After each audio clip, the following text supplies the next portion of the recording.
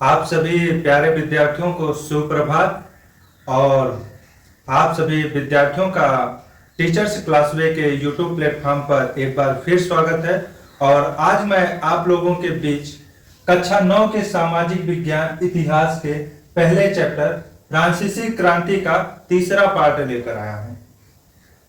हम फ्रांसीसी क्रांति के 2 पार्ट कंप्लीट कर चुके हैं और उसके वीडियो भी अपलोड कर चुके हैं। अगर आप लोगों ने वे वीडियो नहीं देखे हैं तो निश्चित रूप से आपको यह पार्ट नहीं समझ में आएगा। तो इसलिए आप लोग पहले उन दोनों वीडियो को जरूर देखिए। तो चलिए शुरुआत करते हैं। जैसा कि इस चैप्टर का नाम है फ्रांसीसी क्रांति, हमने पहले पार्ट से ही फ्रांसीसी क्रांति के विषय में जानने का प्रयास किया कि फ्रांस में ऐसी कौन सी परिस्थितियां आ गई थी जिसके कारण जो फ्रांस के लोग थे वे क्रांति करने के लिए बाध्य हो गए। तो हमने बताया था कि फ्रांस का एक सम्राट था लुई 16वां, जो कि अत्यंत निरंकुशवादी और विलासी प्रवृत्ति का शासक था। और उसकी इसी विलासिता के कारण फ्रांस में महंगाई अपने चरम सीमा पर पहुंच गई, जिसके कारण लोगों में फ्रांस के सम्राट के प्रति नाराजगी उत्पन्न हुई। और उसके बाद लोगों ने फ्रांस के सम्राट के खिलाफ या फ्रांस के सम्राट के विरुद्ध आंदोलन किया, जिसे हम फ्रांसीसी क्रांति कहते हैं। और यह आंदोलन कब हुआ था? यह आंदोलन 5 मई 1789 ईस्वी को हुआ था, जब स्टेट जनरल की बैठक बुलाया था सम्राट ने कर में वृद्धि करने के लिए। तो उसी के बाद यह आंदोलन प्रारंभ हुआ। तो हम लोग इन सब महत्वपूर्ण तथ्यों पर चर्चा कर चुके हैं। इसके बाद दूसरे पार्ट में हमने चर्चा किया था कि फ्रांस में किस तरह से संविधान का गठन किया गया और लुई 16वां को किस तरह से झुकना पड़ा, संविधान को मंजूरी देना पड़ा और कुछ नेशनल प्रतीकों के क्या मायने हैं। हमने उन सब महत्वपूर्ण तथ्यों पर चर्चा कर चुके हैं। तो आज हम इस पार्ट में चर्चा करेंगे कि फ्रांस की क्रांति के बाद फ्रांस की क्या स्थिति थी। फ्रांस की क्रांति के बाद फ्रांस की क्या स्थिति थी, आज हम इस पार्ट में चर्चा करेंगे। तो जैसा कि हम जानते हैं, जैसा कि हमने पिछले पार्टों में पढ़ा भी है कि लुई 16वां जब नेशनल असेंबली के संविधान को मंजूरी दे दिया तो वहीं से उसकी शक्ति कम हो गई, उसकी जो ताकत थी वह कमजोर हो गई। तो किसी भी व्यक्ति का या कोई भी राजा या कोई भी सरकार हो, कोई भी संस्था हो, अगर उसकी ताकत कम हो जाती है तो अपनी ताकत को बढ़ाने के लिए प्रयास करता है। तो इसी तरह से लुई 16वां भी संविधान को मंजूरी देने के बाद भी वह शांत नहीं बैठा। उसके अपने पड़ोसी देशों के शासकों से गुप्त वार्ता चल रही थी। और पड़ोसी देश के जो शासक थे वे भी फ्रांस की क्रांति से बहुत चिंतित थे। अतः उन सभी लोगों ने फ्रांस में अपनी सेना भेजने की योजना बनाई। लेकिन जब तक वे लोग योजना ही बना रहे थे तब तक नेशनल असेंबली ने कांड कर दिया। और नेशनल असेंबली ने क्या कांड किया, तो चलिए हम उसी पे आज पहला प्रश्न है चर्चा कर लेते हैं कि देखिए फ्रांस की क्रांति जब हुई, तो फ्रांस की क्रांति के बाद लुई 16वां ने अपने संविधान को मंजूरी देने के बाद जब उसकी ताकत कम हो गई तो वह अपने पड़ोसी देशों के शासकों से गुप्त वार्ता की और फ्रांस में अपनी सेना भेजने के लिए उन शासकों से बात की। जब तक वे लोग अपनी सेना भेजते या अपनी योजना पर, उनकी योजनाओं पर अमल होता, तब तक नेशनल असेंबली ने, लिख लीजिए कि नेशनल असेंबली ने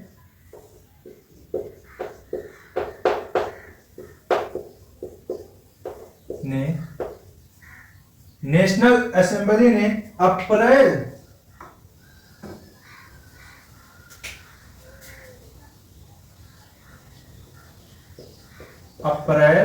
1792 1792 ईस्वी में क्रसा एवं ऑस्ट्रिया के विरुद्ध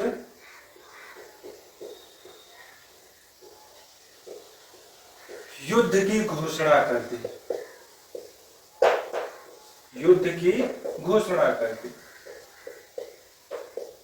आपका प्रश्न है कि नेशनल असेंबली ने प्रसा एवं ऑस्ट्रिया के विरुद्ध युद्ध की घोषणा कब की?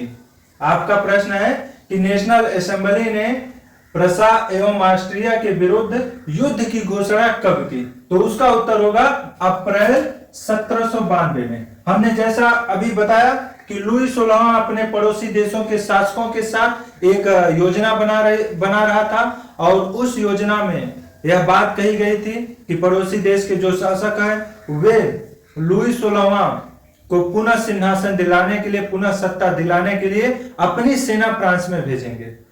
क्योंकि पड़ोसी देश के लोगों को भी, पड़ोसी देश के शासकों को भी यह चिंता हो गई थी कि कहीं ऐसा हमारे देश में भी विद्रोह न हो जाए।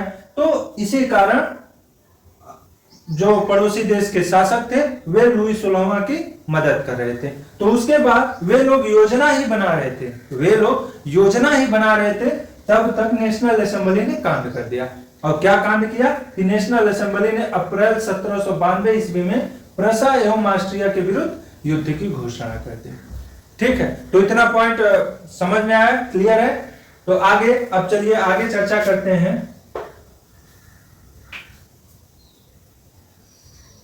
कि नेशनल असेंबली ने जब युद्ध की घोषणा की, तो नेशनल असेंबली ने जब युद्ध की घोषणा की तो इसके पास भी तो कोई सेना होगी, क्योंकि नेशनल असेंबली अभी नवगठित असेंबली थी, तो बहुत सारे कार्य ऐसे थे जो अधूरे थे। फिर भी उसने प्रसा एवं ऑस्ट्रिया के विरुद्ध युद्ध की घोषणा कर दी। तो उस युद्ध में सेना की आवश्यकता पड़ेगी। तो नेशनल असेंबली के लोगों ने सेना बनाने के लिए क्या किया? तो देखिए, नेशनल असेंबली ने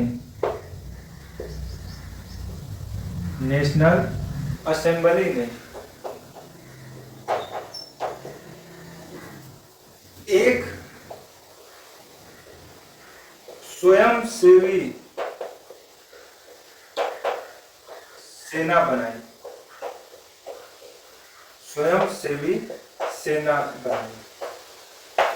नेशनल असेंबली ने एक स्वयंसेवी सेना बनाई।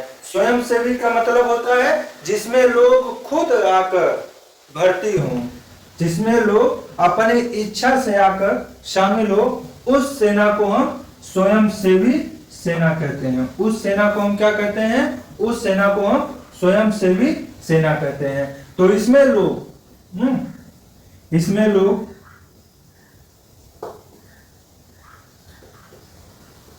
अपने स्वेच्छा से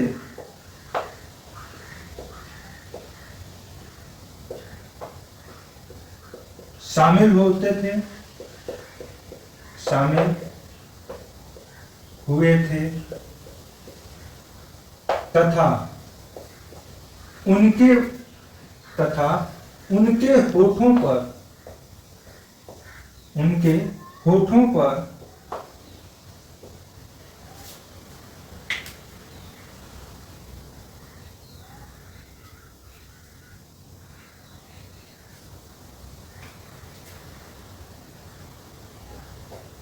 होठों पर रोजेट दी लाइल द्वारा रचित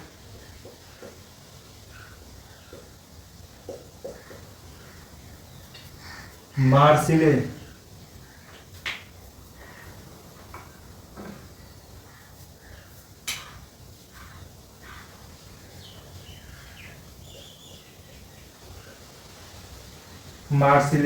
गीत हुआ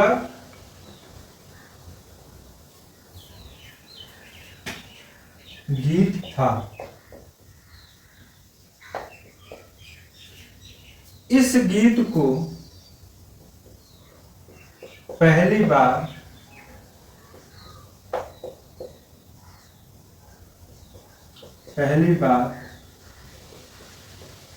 पेरिस में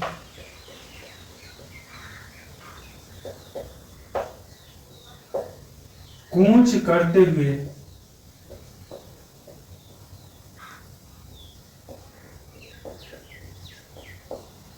गाया गया था।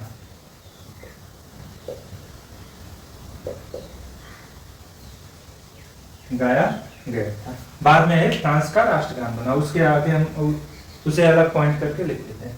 तो नेशनल असेंबली ने अप्रैल 1792 ईस्वी में प्रसा एवं ऑस्ट्रिया के विरुद्ध युद्ध की घोषणा कर दी। जब युद्ध की घोषणा की तो नेशनल असेंबली को सेना की आवश्यकता थी। तो नेशनल असेंबली ने एक स्वयंसेवी सेना बनाई। और यह स्वयंसेवी सेना क्या होती है कि जिसमें लोग अपने स्वेच्छा से शामिल होते हैं। तो इसमें लोग अपने स्वेच्छा से शामिल हुए थे तथा उनके होठों पर रोजेट दी लाइल द्वारा रचित मार्सिले गीत था। कौन सा गीत था? मार्सिले गीत था। और इस गीत को पहली बार पेरिस में कूच करते हुए गाया गया था।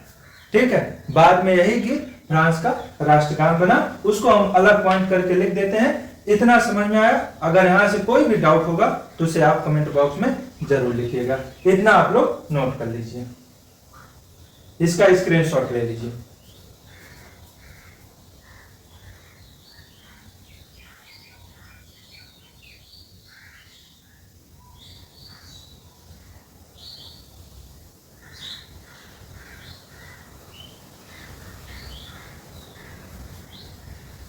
चलिए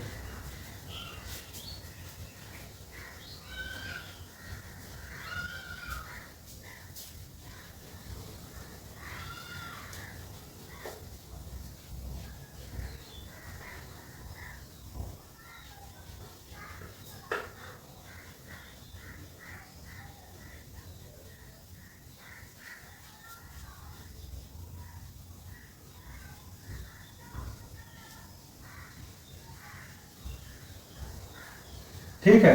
तो मार्सिले गीत जो था वह बाद में फ्रांस का राष्ट्रगान बना। मार्सिले गीत जो था वह बाद में फ्रांस का राष्ट्रगान बना। तो फ्रांस का राष्ट्रगान क्या है? फ्रांस का प्रश्न लिख लीजिए कि फ्रांस का राष्ट्रगान क्या है और इसके रचयिता कौन थे। फ्रांस का राष्ट्रगान क्या है और इसके रचयिता कौन थे? तो उत्तर में लिखिए फ्रांस का राष्ट्रगान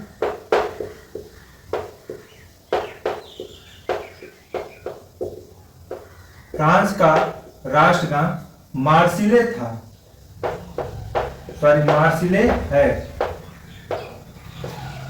फ्रांस का राष्ट्रगान मार्सिले है तथा इसके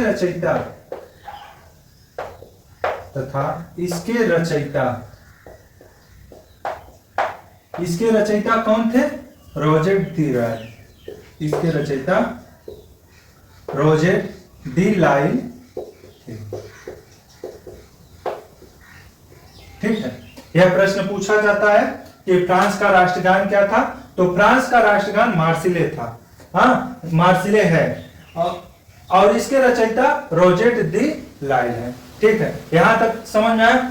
तो देखिए क्या होता है कि जब फ्रांस के लोग स्वयंसेवी सेना में भर्ती हुए और अपनी स्वेच्छा से वे सेना में गए और उसके बाद युद्धों में भाग लिया तो उनके परिवारों पर महंगाई और आर्थिक विपत्ति आ गई।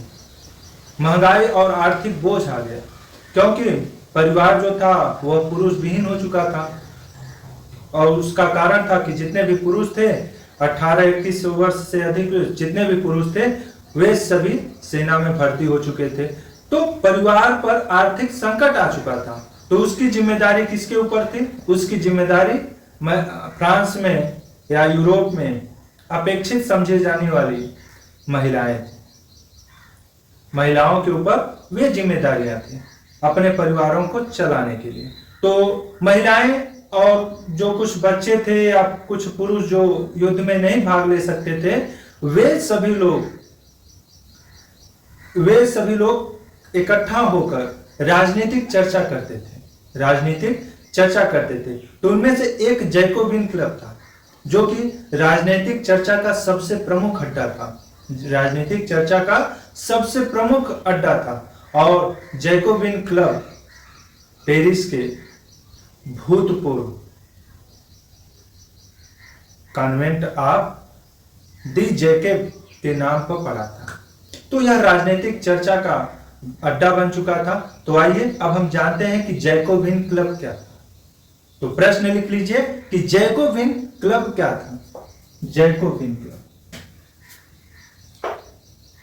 हेडिंग डाल लीजिए।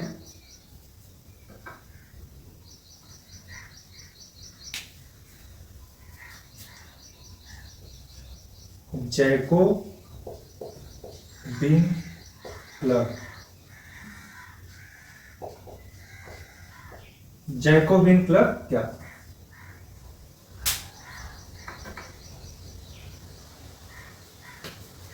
तो इसमें लिखिए, यह फ्रांस के लोगों का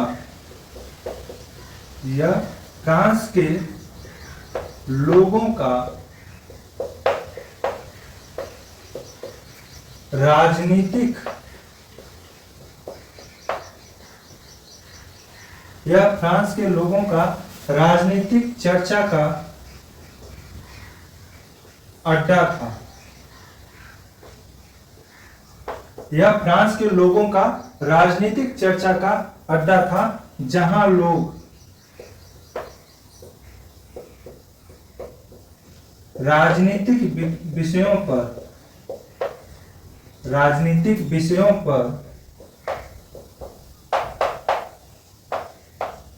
पर चर्चा करते थे।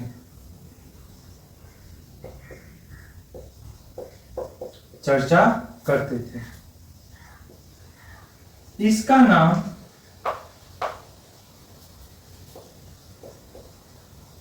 नाम पेरिस के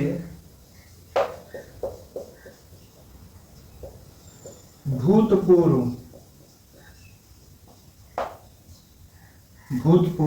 कॉन्वेंट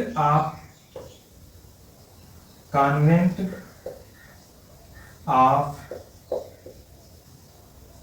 सेंट जेकब के नाम पर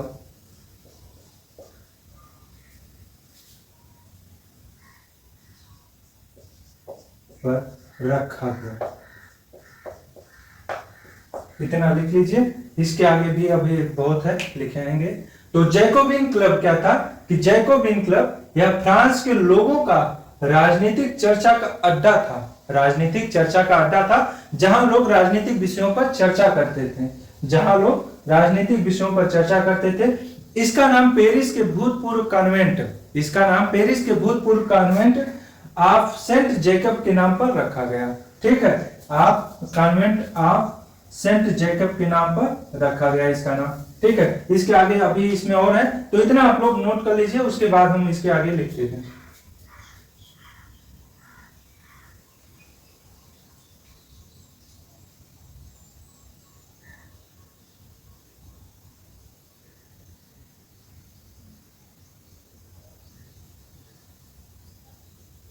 चलिए, तो जैकोबिन क्लब के विषय में यह का प्रश्न पूछा जाता है, लघुत्तरी प्रश्न में यह आएगा। क्योंकि आप लोगों का बोर्ड एग्जाम तो है नहीं, तो टीचर उतने ही प्रश्न पूछते हैं जितने उन्होंने लिखाए हैं। तो बहुत सारे ऐसे प्रश्न होते हैं जिनके विषय में वे लोग चर्चा नहीं करते हैं, लेकिन यह जरूरी होता है, इसके विषय में जानना बहुत जरूरी है। ठीक है, तो जैकोबिन क्लब के विषय में जैसा कि अधिकांश, बहुत कम ही टीचर इसके विषय में चर्चा करते हैं और बहुत कम लोग ही इसके विषय में लिखवाते हैं। तो जैकोबिन क्लब के विषय में जैसा हमने बताया, तो उसके बाद आगे लिखिए कि इस क्लब के सदस्य कौन होते थे। तो इस क्लब के सदस्य कौन होते थे? तीसरे स्टेट के लोग अर्थात कम समृद्ध दुकानदार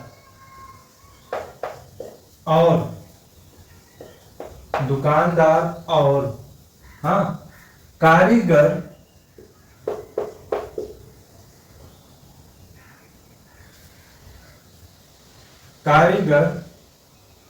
वर्ग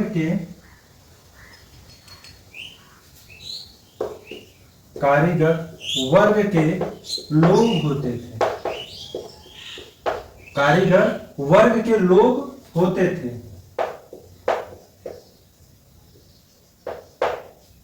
इन्हें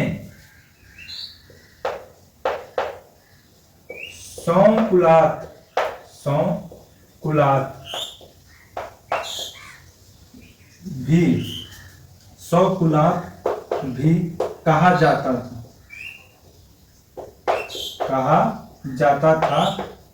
जिसका अर्थ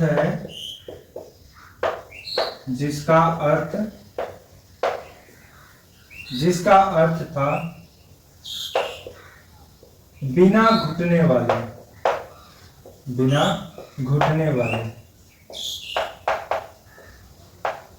जिसका अर्थ था बिना घुटने वाले।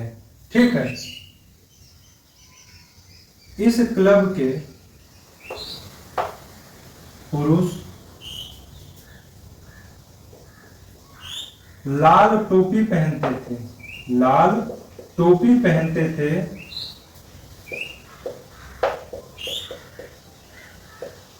थे जो स्वतंत्रता का प्रतीक था। क्या था? प्रतीक था। क्या महिलाओं को भी ऐसा करने की अनुमति थी? तो नहीं। लिख लीजिए, महिलाओं को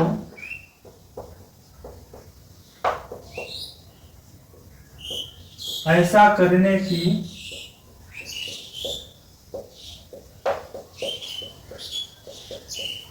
अनुमति नहीं थी।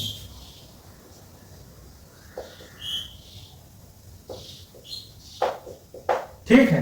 तो जैकोबिन क्लब क्या था, हमने उसके विषय में जाना कि यह राजनीतिक चर्चा का अड्डा था जहां लोग राजनीतिक विषयों पर चर्चा करते थे और इसका नाम पेरिस के भूतपूर्व काउंट ऑफ सेंट जेकब के नाम पर पड़ा। और इस क्लब के सदस्य कौन होते थे? तो इस क्लब के सदस्य तीसरे स्टेट के लोग अर्थात कम समृद्ध दुकानदार और कारीगर वर्ग के लोग होते थे। इन्हें शौकुलात भी कहा जाता था। शौकुलात का अर्थ होता है बिना घुटने वाले। तो इस क्लब के पुरुष जो थे वह लाल टोपी पहनते थे जो कि स्वतंत्रता का प्रतीक था, लेकिन महिलाओं को ऐसा करने की अनुमति नहीं थी। तो आप लोग इतना नोट कर लीजिए। यहां से अगर कोई भी डाउट हो तो उसे जरूर पूछ लीजिए, हम उसका जवाब कमेंट बॉक्स में जरूर दे देंगे। ठीक है। तो इतना आप लोग नोट करिए।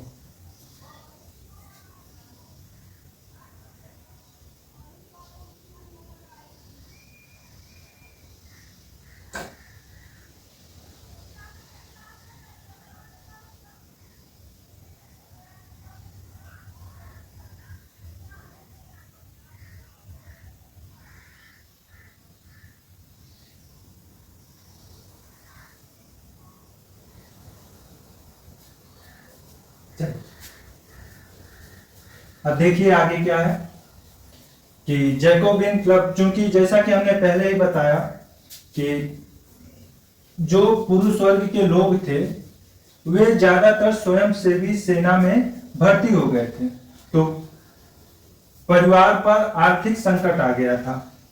तो उसके बाद क्या हुआ कि उसके बाद महंगाई बढ़ गई। युद्ध से तो हानि ही होती है, लाभ तो कभी हुआ ही नहीं है। ये तो क्लियर है कि युद्ध से कभी लाभ नहीं होता, हमेशा हानि ही होती है। चाहे प्राचीन काल की युद्ध हो, चाहे वर्तमान समय की युद्ध हो, आधुनिक समय की युद्ध हो, सभी युद्धों में केवल हानि ही होता है। तो क्या हुआ कि 1792 की गर्मियों में 1792 की गर्मियों में जब महंगाई अपने चरम पर पहुंच गई तो जैकोबिन क्लब के लोगों ने पेरिस वासियों को लेकर एक हिंसक विद्रोह की योजना बनाई।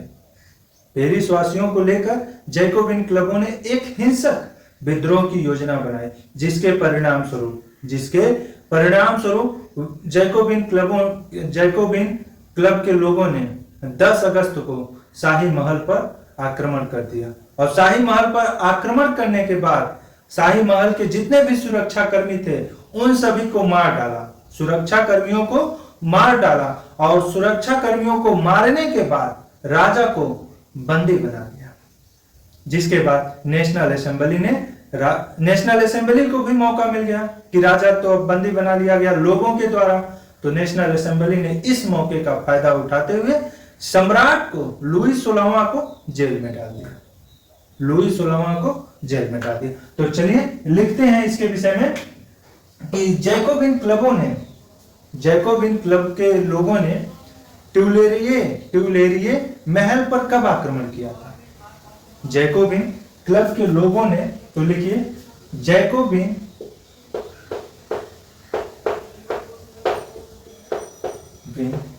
क्लब के लोगों ने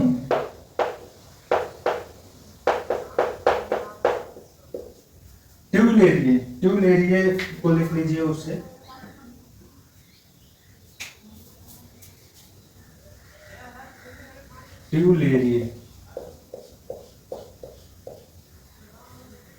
ट्यूलेरिये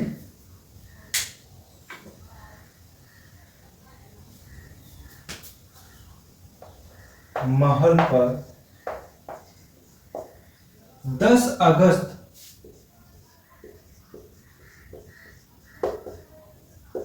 1792 ईस्वी को आक्रमण कर दिया। आक्रमण करके महल में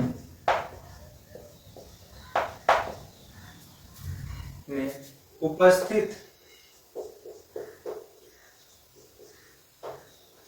राजा के सभी सुरक्षा कर्मियों को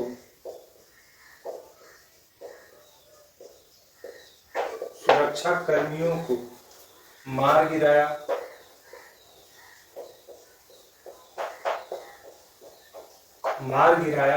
तथा राजा को बंधक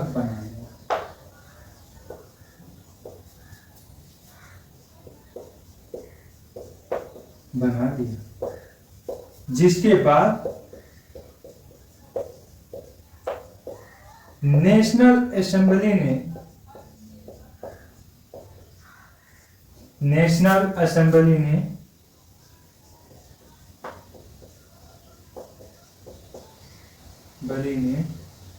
राजा को जेल में डाल दिया। राजा को कैद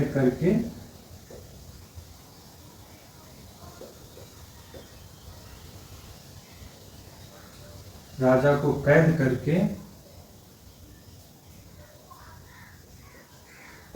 जेल में डाल दिया।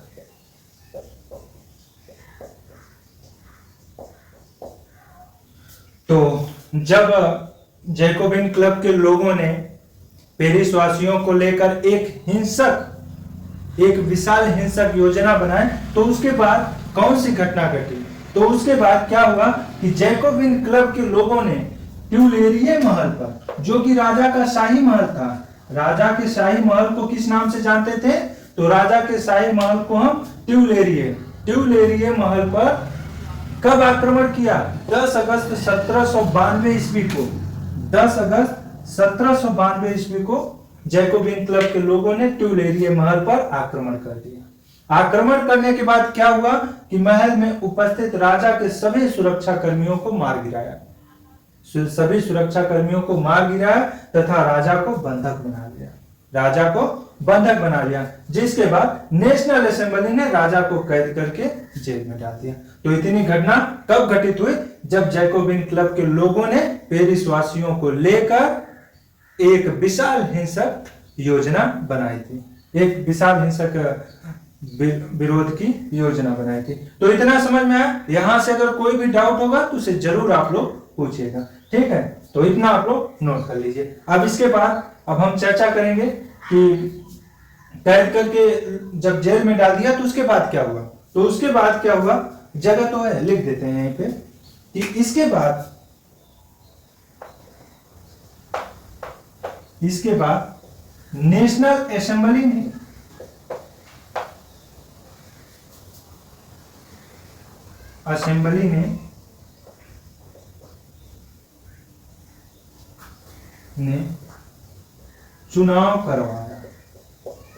चुनाव करवाया जिसमें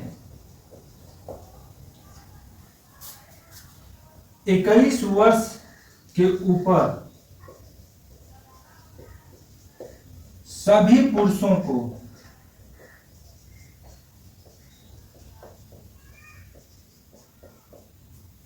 को मत का अधिकार दिया, दिया गया।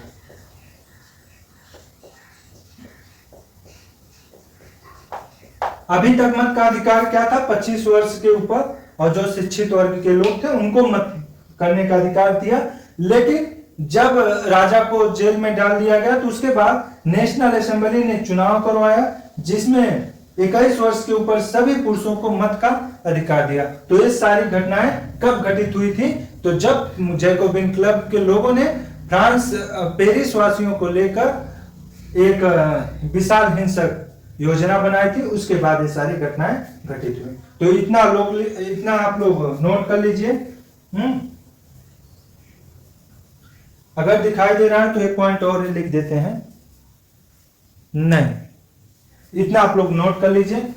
इसके बाद क्या हुआ कि नेशनल असेंबली का नाम भी बदल दिया गया और नाम बदलकर कन्वेंशन इसका नाम रखा गया। तो उसको भी आगे लिख लीजिए। चलिए,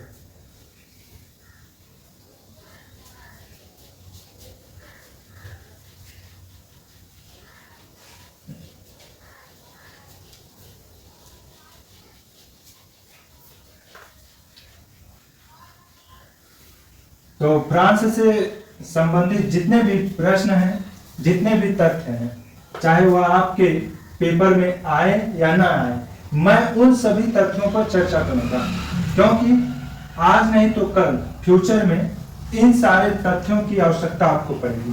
तो अगर आप अभी से तैयार रहेंगे तो फ्यूचर में आपको एनसीईआरटी पढ़ने की जरूरत नहीं पड़ेगी। और आपका विश्व इतिहास का जो पोर्शन इतिहास के लिए सबसे कठिन मानी जाती है, वह आप लोगों का आसानी से तैयार रहेगा। तो चलिए, इसके बाद क्या हुआ कि नेशनल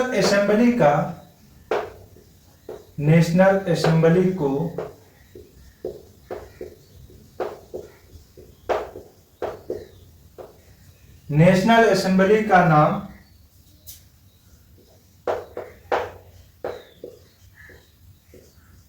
कन्वेंशन रख दिया गया।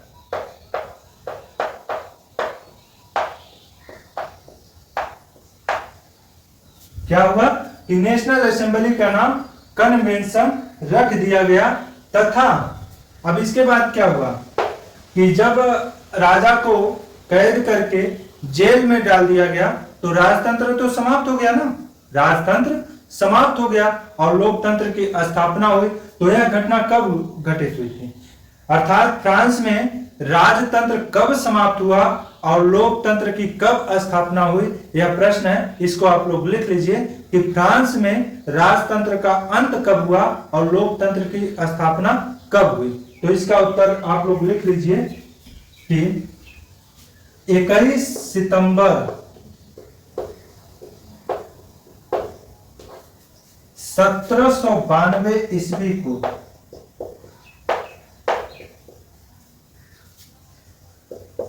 फ्रांस में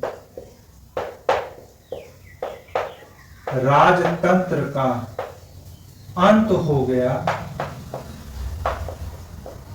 अंत हो गया तथा गणतंत्र की स्थापना, तथा गणतंत्र की स्थापना की गई।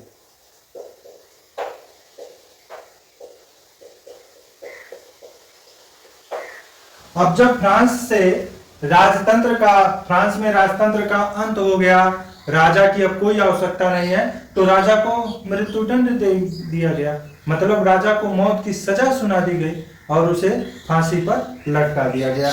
तो यह घटना कब घटित हुई थी? तो लिख लीजिए कि लुई 16वां को फांसी कब दी गई थी? तो लिखिए कि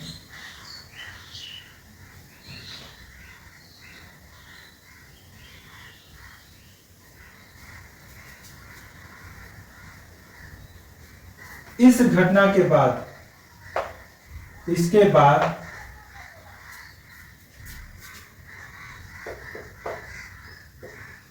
लुई 16वां को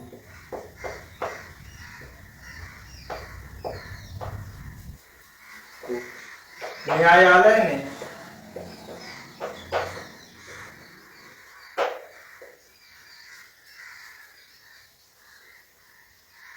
देशद्रोह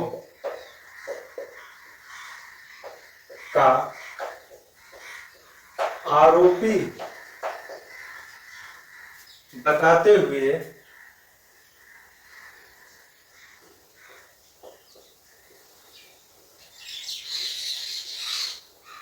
मृत्युदंड की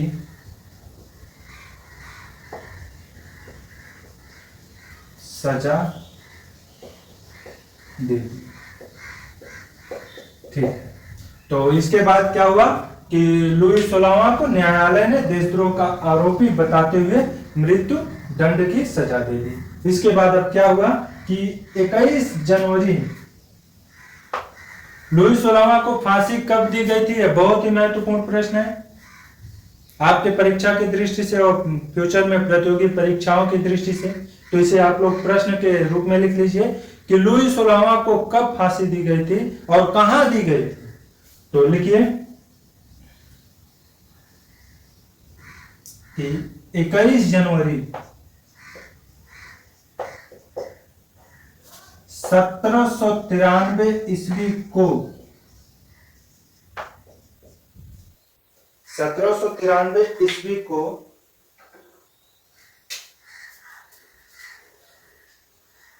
प्लेस लॉ दी कॉनकॉर्ड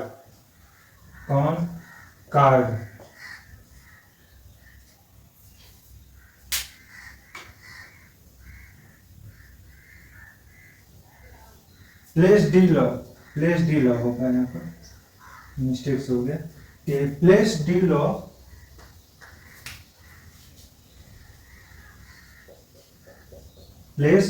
लॉ कॉनकॉर्ड में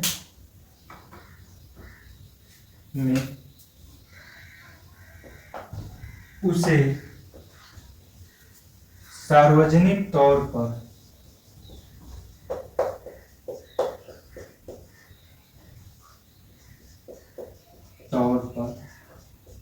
फांसी दे दी गई।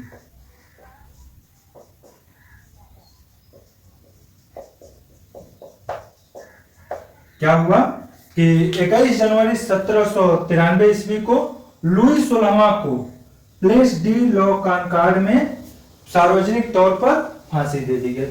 तो यह आपका उत्तर होगा कि लुई 16वां को कब फांसी दी गई थी। तो लुई 16वां को 21 जनवरी 1793 ईस्वी को प्लेस डी लॉ कॉनकॉर्ड में उसे सार्वजनिक तौर पर फांसी दे दी गई। तो यहां तक क्लियर है कि फ्रांस में राजतंत्र का अंत कब हुआ। तो राजतंत्र का अंत 21 सितंबर 1792 ईस्वी को हुआ। राजतंत्र का अंत होने के बाद गणतंत्र की स्थापना हुई, जिसके बाद लुई 16वां को न्यायालय ने देशद्रोह का आरोपी बताते हुए मृत्युदंड की सजा दे दी। उसके बाद 21 जनवरी 1793 को प्लेस डी लॉ कॉनकॉर्ड में उसे सार्वजनिक तौर पर फांसी दे दी गई। तो यहाँ तक क्लियर है, तो इसको आप लोग नोट कर लीजिए। इसके बाद अब कुछ और तथ्य हैं, हम उस पर चर्चा करके इस क्लास को समाप्त करते हैं। अगले पार्ट में हम इस चैप्टर को कंप्लीट कर देंगे। तो इतना आप लोग नोट कर लीजिए।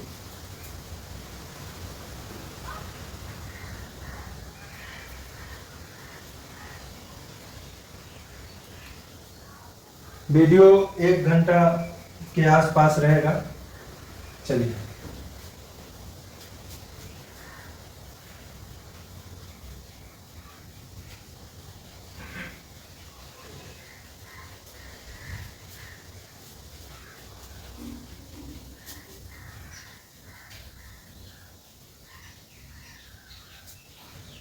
इसके बाद क्या हुआ कि जब लुई 16वां को फांसी दे दी गई तो सबसे ज्यादा दिक्कत किसे हुई? पादरी वर्ग के लोगों को और कुलीन वर्ग के लोगों को।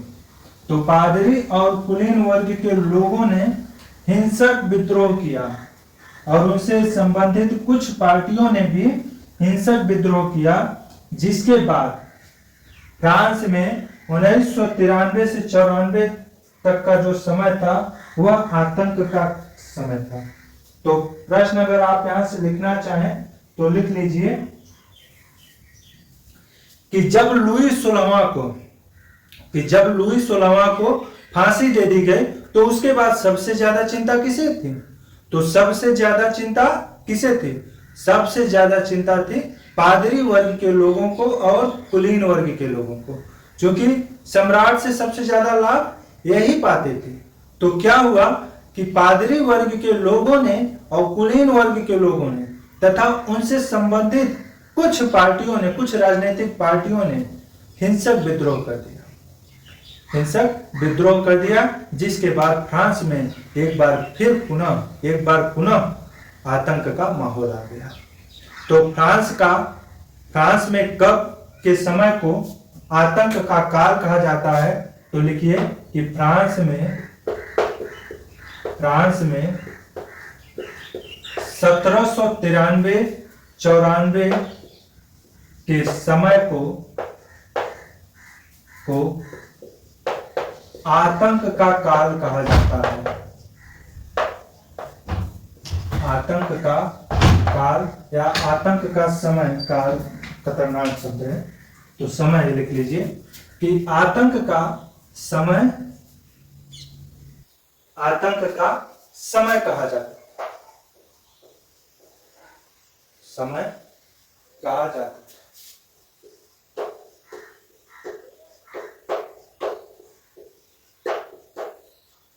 कि फ्रांस में आतंक का समय कब के समय को कहा जाता है? तो फ्रांस में 1793 से 94 के समय को आतंक का समय कहा जाता था। क्या कहा जाता था? आतंक का समय कहा जाता था। तो आतंक का यह समय क्यों आया फ्रांस में? तो उसका फ्रांस में आतंक का समय कब आया? तो उसके पीछे का सबसे बड़ा कारण था कि जब लुई 16वां को फांसी दे दी गई, लुई 16वां को फांसी देने के बाद जो फ्रांस में पादरी और कुलीन वर्ग के लोग थे, वे लोग क्या हुए? और उनके साथ संबंधित कुछ राजनीतिक पार्टियां जो कि लुई 16वां से लाभ कमा रहे थे,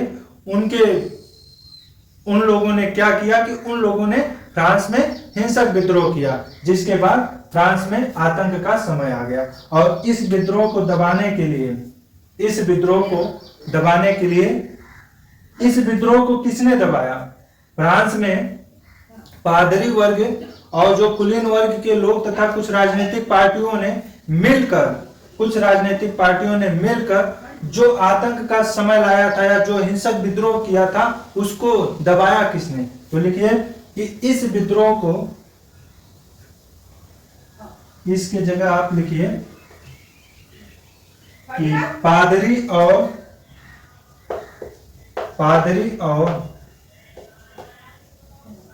कुलीन वर्ग के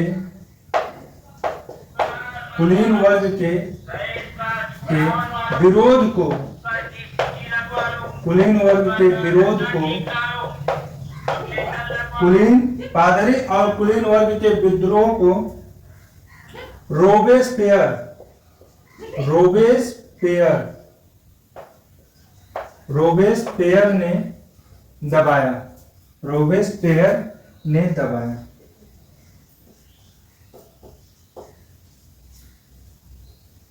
तथा रोबेस्पियर ने इस विद्रोह को दबाया तथा एक क्रांतिकारी आंदोलन का गठन किया। अब कैसे इस विद्रोह को दबाया तो उसके विषय में भी लिख लीजिए कि रोबेस्पियर ने एक क्रांतिकारी न्यायालय का गठन किया। न्यायालय का गठन किया गठन किया और जो भी आरोपी थे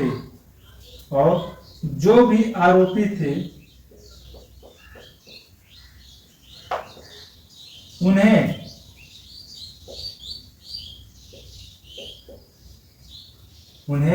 गिलोटिन से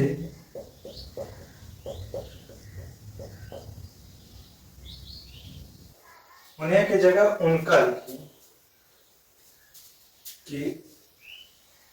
उनका सिर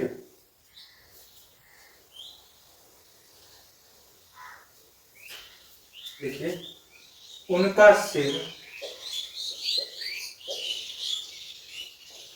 गिलोटिन से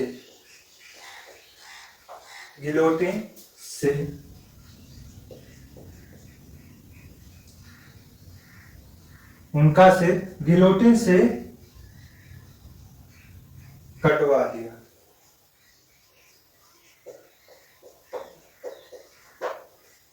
मतलब उनका सर धड़ से अलग गिलोटिन से करवा दिया।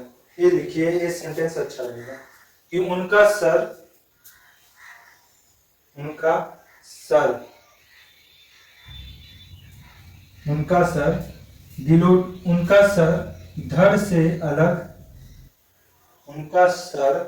धड़ से अलग गिलोटिन से करवा दिया। तो यह गिलोटिन क्या था? गिलोटिन से करवा दिया। हमने एक प्रश्न छोड़ दिया था, कॉन्वेंट करवा दिया। कॉन्वेंट क्या था?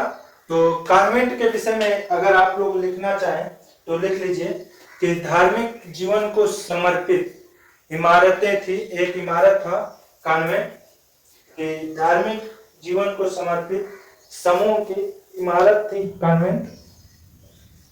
उसे आप अगर लिखना चाहें तो लिख लीजिए कि धार्मिक जीवन को समर्पित समूह का इमारत था कॉन्वेंट। ठीक है, तो अब यहाँ पर प्रश्न आता है गिलोटिन। गिलोटिन क्या था? तो गिलोटिन दो खंभों के बीच लटकने वाली आरे की मशीन थी।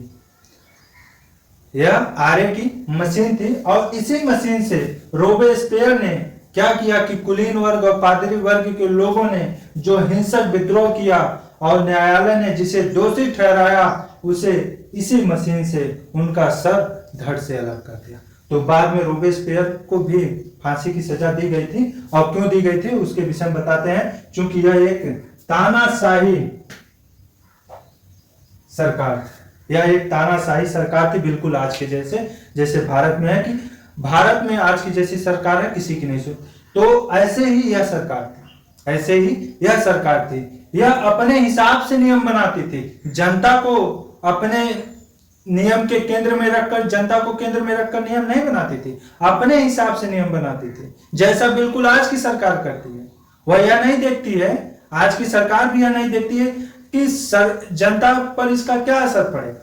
वह बस अपने हिसाब से नियम बनाते। तो इसी तरह से रोबेस्पियर जो था वह जनता के हिसाब से नहीं, अपने हिसाब से नियम बनाता था, जिसके बाद जनता इससे बहुत रुष्ट हो गई। और उसी के बाद क्या हुआ कि न्यायालय ने रोबेस्पियर को भी आरोपी सिद्ध करते हुए गिलोटिन मशीन से कटवा दिया था। तो इतना नोट कर लीजिए। उसके बाद अब हम चर्चा करेंगे गिलोटिन मशीन क्या था, गिलोटिन क्या था। तो चलिए स्क्रीनशॉट ले लीजिए।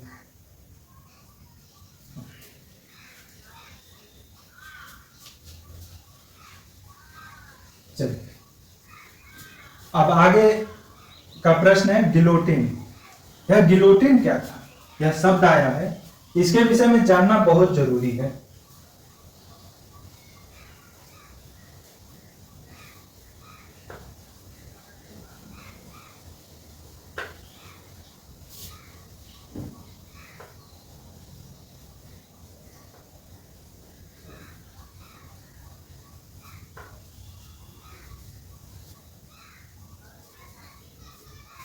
गिलोटिन, तो हेडिंग डाल लीजिए गिलोटिन।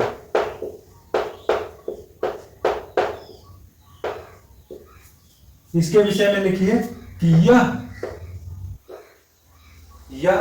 दो खंभों के बीच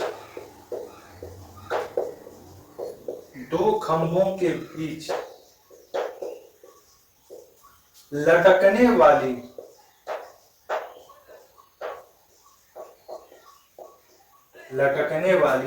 आरे की मशीन थी।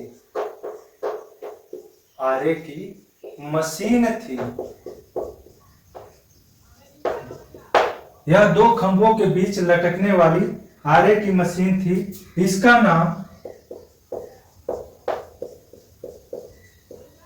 इसके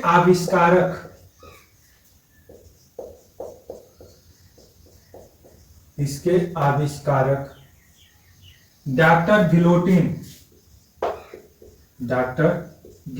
के नाम पर रखा गया था।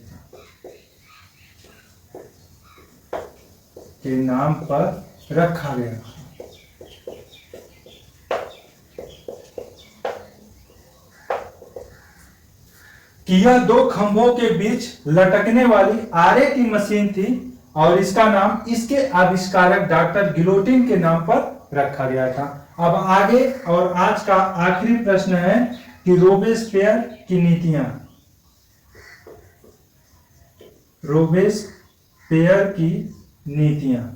हेडिंग डाल दीजिए।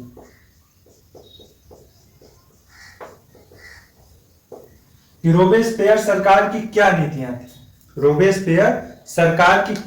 थी, तो जैसा कि हमने बताया कि यह इतना सख्त सरकार थी या इतना सख्त शासक था या प्रशासक था, मंत्री जो भी हो, तो यह इतना सख्त सरकार था कि जनता इससे रुष्ट हो गई और जनता इस कदर इससे रुष्ट हो गई कि न्यायालय में अपील की और न्यायालय में अपील होने के बाद न्यायालय ने इसे दोषी पाया और उसके बाद इसे भी गिलोटिन से कटवा दिया। तो इसकी क्या नीतियां थी जिसके कारण जनता इससे रुष्ट हो गई थी? तो लिखिए, इसने नए कानून से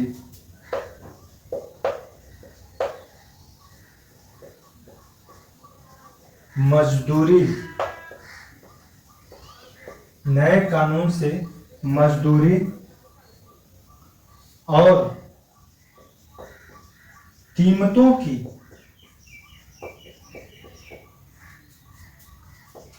उचित दर तय की।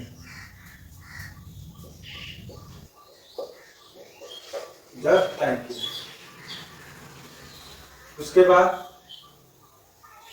दर तय की तथा किसानों को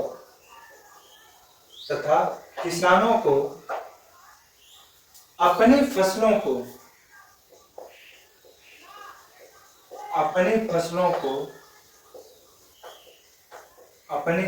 को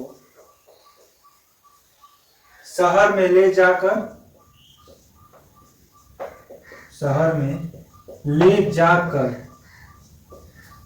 सरकार द्वारा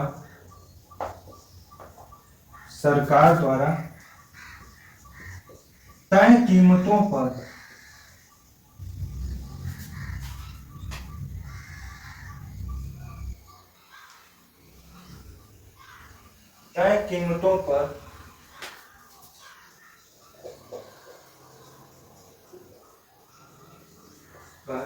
बेचने के लिए बाध्य किया,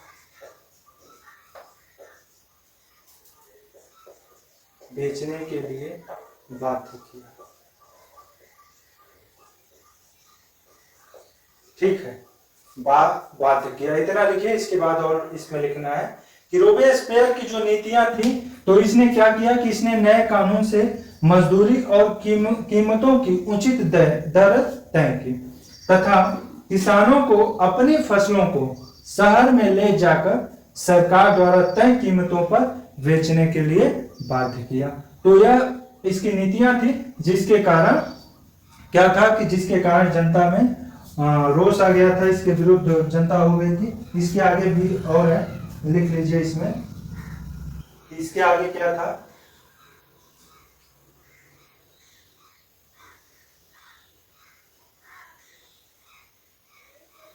चलिए इसके आगे अभी और है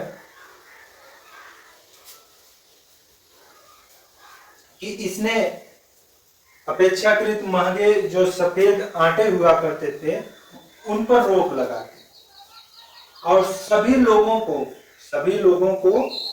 साबुत गेहूं से बनने वाली आटा, जो कि बराबरी की प्रतीक थी, उसका उपयोग करने के लिए बाध्य किया।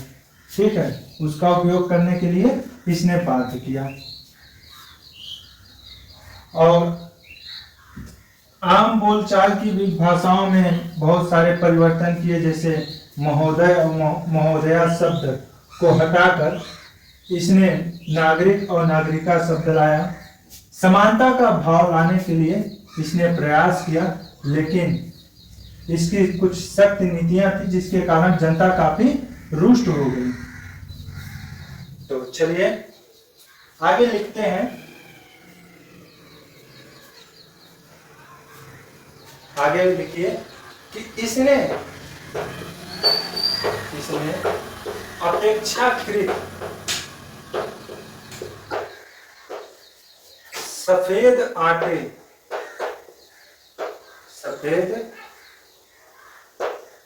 के प्रयोग पर रोक लगा दी। इसने क्या किया कि इसने अपेक्षाकृत सफेद आटे के प्रयोग पर रोक लगा दी तथा साबुत गेहूं से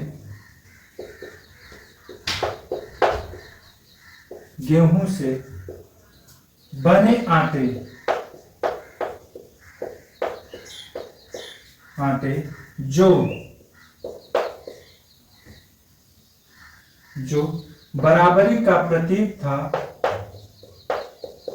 जो बराबरी का प्रतीक था, जो सफेद तथा साबुत गेहूं से बने आटे जो बराबरी का प्रतीक था,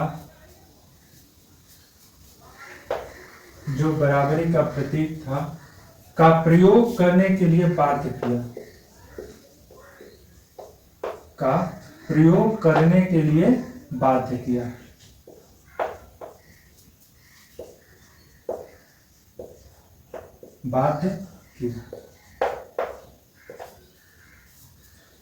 लोगों में समानता का भाव लाने के लिए,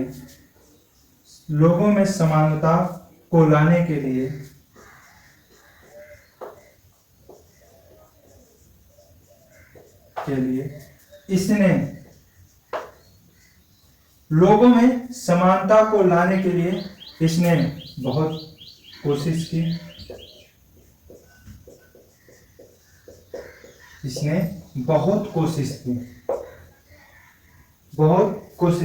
इसने क्या किया था कि इसने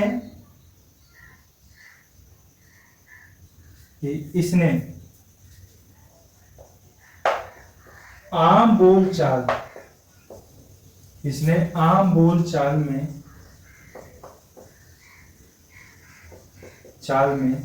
प्रयोग होने वाले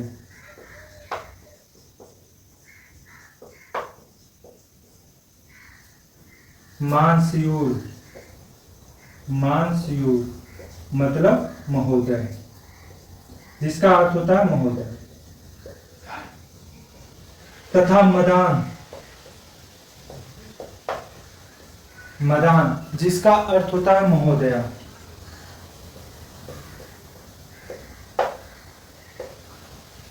के स्थान पर, के स्थान पर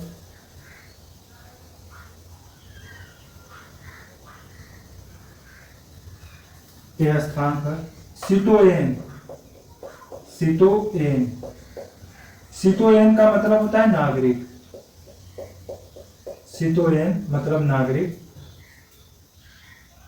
के स्थान पर सिटोएन नागरिक, और सिटोइन, सिटोइन नागरिका, नागरिका शब्द का प्रयोग करने के लिए, प्रयोग करने के लिए बाध्य किया।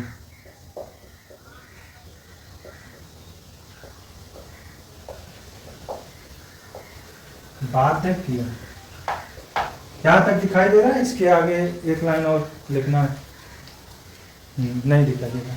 तो इतना बाध्य किया कि इसने अपेक्षाकृत सफेद आटे के प्रयोग पर रोक लगा दी तथा साबुत गेहूं से बने आटे, जो बराबरी का प्रतीक था, का प्रयोग करने के लिए बाध्य किया। और लोगों में समानता को लाने के लिए इसने बहुत कोशिश की। इसने आम बोलचाल में प्रयोग होने वाले मानसीयूर, मानसीयूर का मतलब होता है महोदय, महोदय तथा मदान जिसका अर्थ होता है महोदया, के स्थान पर सिटोएन, सिटोएन का मतलब होता है नागरिक, और सिटोइन का मतलब होता है नागरिका शब्द का प्रयोग करने के लिए बाध्य किया। उसके बाद इसने चर्च को बंद कर दिया, चर्चों को बंद करवा दिया, उसके स्थान पर दफ्तर बनवा दिया। तो ये सब कारण थे जिसके कारण जनता में इसके प्रति काफी रोष था, क्योंकि यह हर चीजों के लिए बाध्य करता कि आपको यह करना है। तो यही कारण था कि जनता इससे काफी रुष्ट हो गई और न्यायालय में अपील की। तो अब आगे का आखिरी प्रश्न है कि रोबेस्पियर को कब फांसी दिया गया? तो लिखिए, इतना आप लोग इसका स्क्रीनशॉट ले लीजिए।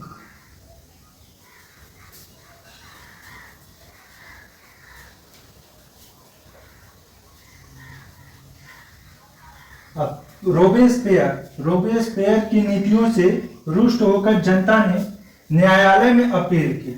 न्यायालय में अपील करने के बाद न्यायालय ने इसे दोषी ठहराया और इसे मृत्यु दंड की सजा दे दी, जिसके बाद अगले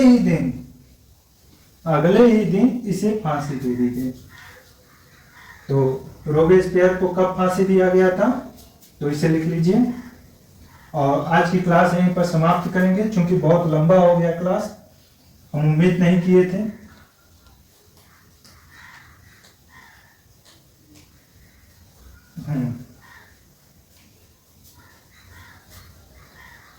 चलिए,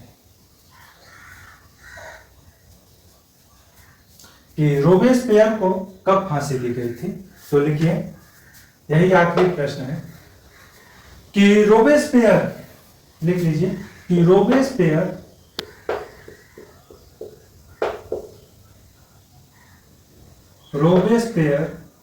को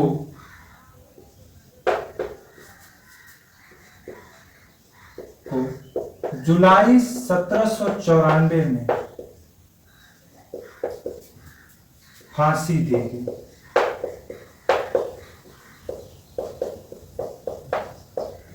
रोबेस्पियर को कब फांसी दी गई? तो रोबेस्पियर को जुलाई 1794 में फांसी दी गई। क्यों? क्योंकि इसकी नीतियों से जनता काफी रुष्ट थी और जनता ने न्यायालय में अपील की और न्यायालय ने इसे दोषी ठहराते हुए इसे मृत्यु दंड की सजा दे दी, और जिसके बाद अगले ही दिन इसे जुलाई 1794 में फांसी दे दी गई। तो आज की क्लास यहीं पर हम समाप्त करते हैं। हमने जितने भी तथ्यों पर चर्चा किया है, जितने भी प्रश्नों पर चर्चा किया है, सभी प्रश्न आपके लिए बहुत ही महत्वपूर्ण है और उम्मीद है कि आप लोग उसे गहराई से देखेंगे और पढ़ेंगे। ठीक है। तो चूंकि क्लास बहुत लंबा हो गया, नहीं तो आगे हम कुछ और तथ्यों पर चर्चा करने वाले थे। क्लास बहुत लंबा हो गया, इतना उम्मीद नहीं था। तो आज की क्लास हम यहीं पर समाप्त करते हैं, फिर अगले क्लास में मिलेंगे। धन्यवाद। आप लोग इसका स्क्रीनशॉट ले लीजिए।